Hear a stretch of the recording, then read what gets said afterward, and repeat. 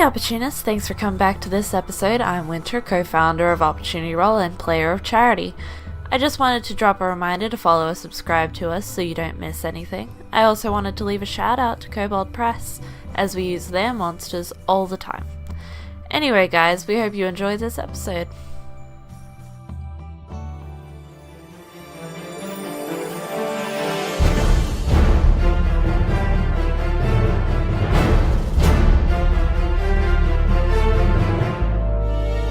Hi everybody, welcome to episode 29. I'm Corey, I'm the Dungeon Master. Here with Group 2 today, and we're getting ready to script for another episode. Say hi everybody. Hello. Do it. Hello. So let's do something a little bit different this time. Let's go down this, down the list today. Let's go ahead and start with Blue. Hi, I'm Blue. I play Zachariah the Bard of Stories. I'm feeling pretty good today. Alrighty, and Rodeo. Hello, I'm Maxwell, or Rodeo, and I play Aeson Goldhand, the half-elf noble cavalier fighter. And Samuel. Hi, I'm Samael, also known as Jonathan, and I'm playing Lynn, the half-drow Bard of Whispers, and my tongue will work for once. Alrighty, and Tangled. Hi, I'm TangledinBlue, or Laura, and I play Mila, the elven sorcerer of wild magic. Alright. Last time we played, you guys had basically been bomb dropped with a crap ton of information. Just a little. And it was all due to the little crystal that Mila got some time ago. And things are looking kind of grim right now from your speculations of, something potentially going down in Kroka. And then there was the whole, the vision that I think came to mind is that, Cole might be the one to perish in that certain scene that you had seen. And so I think that kind of budded a slight romance between NPC and character. And so I think we're going to start up the next morning. You guys are well rested. It's just, Well, most of us are rested. well, most of you are rested. Yes, that's right. Because you, it kind of broke your 2 hours of relaxation, didn't it? Still worth it. A little bit. So we're gonna start up the next morning. Everybody's getting ready, and we're, it's up to you guys whether you're heading out immediately. If there's more conversation that wants to be had since you guys have gotten full rest and are, less on the edge, maybe. Well, I know that Aeson would be packing up whatever he can, and he wants to get moving immediately. The time is of the essence, and there are people's lives on the line, so he needs to get to Kroka and do what he can. I would say Mila as well, just packing up, and she wants to get on the road as soon as possible. I think she was probably packed up as soon as she finished her meditation. If I remember correctly, last time we left off, Cole was telling us about a training regimen he was putting us on. With that, I believe I had Zachariah already packed up early morning already anyway.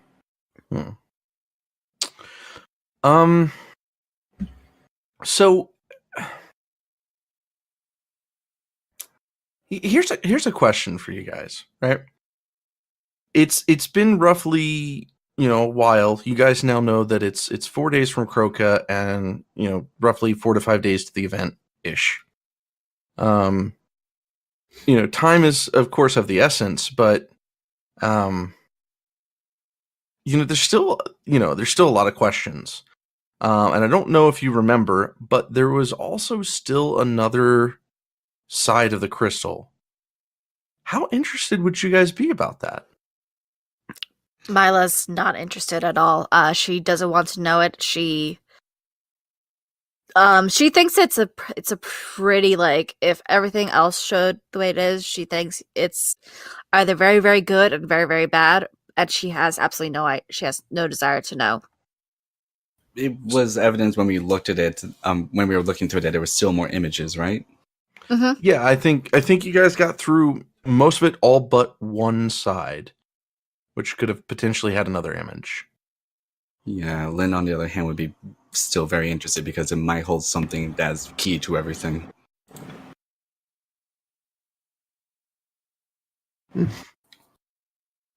As for Zachariah, I would say that he's more laser focused on the city more than anything.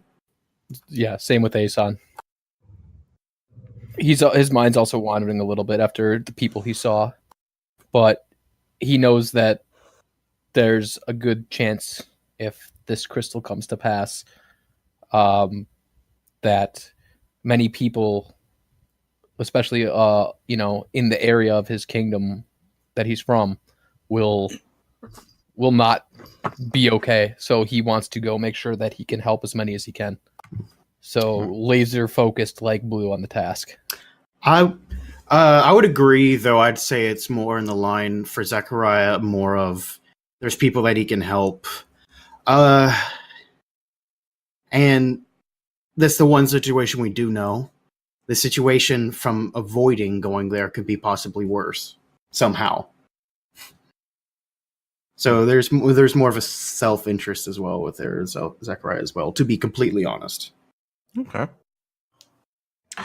Well, before we kick things off, there's just one small thing to introduce. Of course, you guys have noticed upon coming into game that there is now a calendar. So, yeah. We got the research points. Yeah. I had said a while back that I was going to make one. I think that was like episode 6 or so. And, it's taken me like 20 some episodes just to make it. But it's finally here. There are 4 months and 73 days for each month.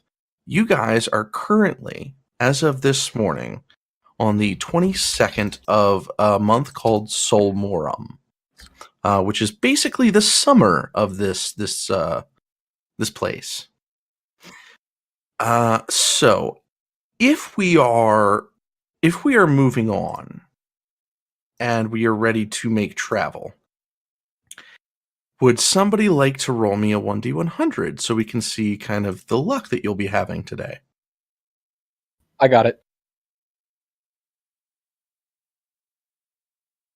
That's 5. 5. That is a 5. This is going to be interesting. Did you roll like a 96 the last time? So we're I on think the that- I think that was your roll for the dragon. Okay. Last time I think I rolled a... You rolled pretty high. You guys are getting an early start to it. So I'd say you guys are up around, I'd say 6 a.m.-ish. And so if you guys are heading at, a decent pace, you can make some leeway on today. You are heading in between the mountains and just kind of staying away from the river, Bruma Lake. Not the river, the lake. You guys are trying to stay away from the lake. So you're going to be kind of, as I said earlier, it's a mix. It's getting a little bit more humid as you go on between, getting close to the desert, which is far to your left over the mountains, but that heat still rolls through, which meets kind of with that moistness from Bruma Lake. And so as you guys are traveling, you're going to see less trees. There's going to be, I mean, there'll be grass, but it's not going to be nearly as tall. You're looking at maybe 5-6 inches off the ground compared to rolling fields of, foot long grass.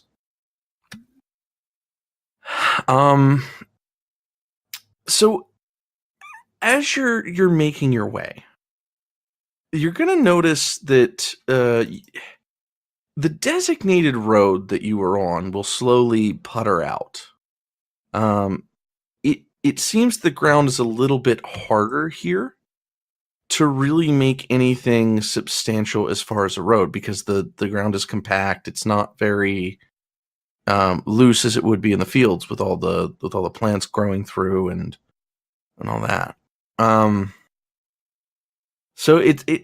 I mean, there is a potential that if you guys aren't careful,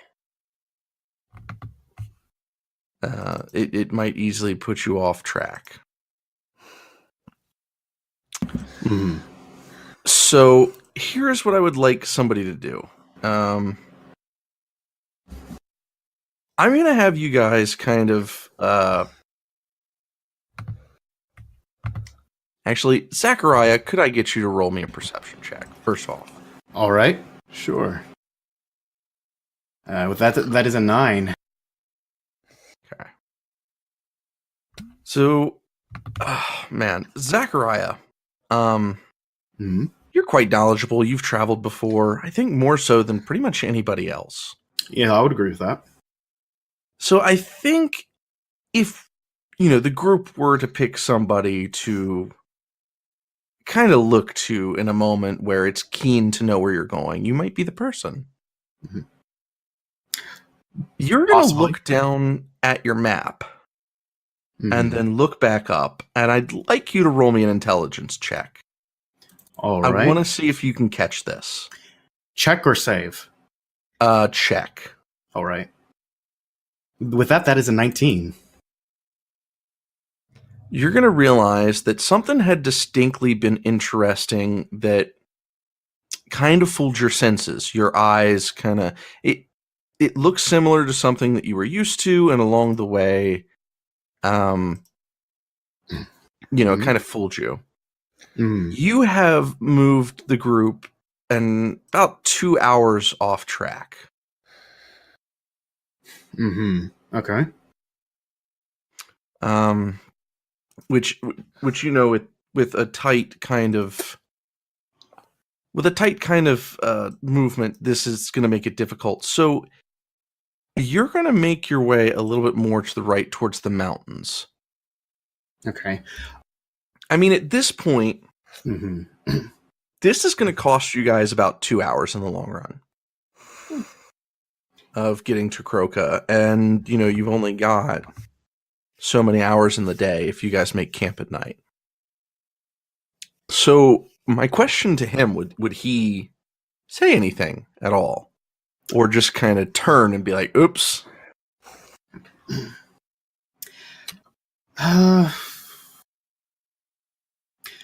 I think Zachariah would bring it up.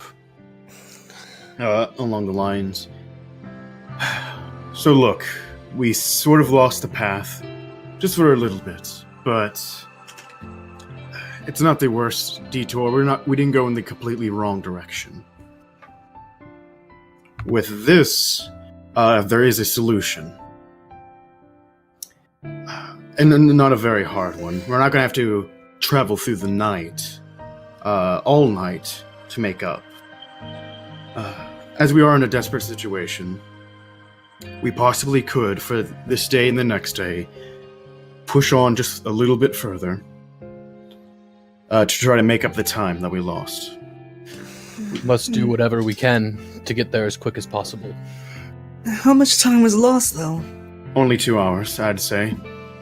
Maybe a little less, maybe a little more, but definitely not within the 3-hour range. I'm perfectly fine at plodding on for another 2 hours tonight. Well, possibly not pushing ourselves that hard. We could split it between multiple days. I feel like something like that could become dangerous at that point, possibly. But it's up to the group, whether you want to make it up at one point or spread out, or not at all, and just take the losses and stay in good health. I personally would like to push as hard as we can so that we can get there quicker, but up to the group. I mean, I don't think I have a say in here. I really only need 4 hours at night, so it's up to you guys who need to sleep. Lynn's gonna yawn a little bit. I mean, if it's like maybe another hour each day until we get there, I wouldn't mind as much, but I would warn, we do have to get there quickly, but we also can't overexert ourselves. We can't exactly save anyone if we're too tired ourselves. Well, keep in mind we are 4 days out. So we would have about a day's of normal pace if we kept on. And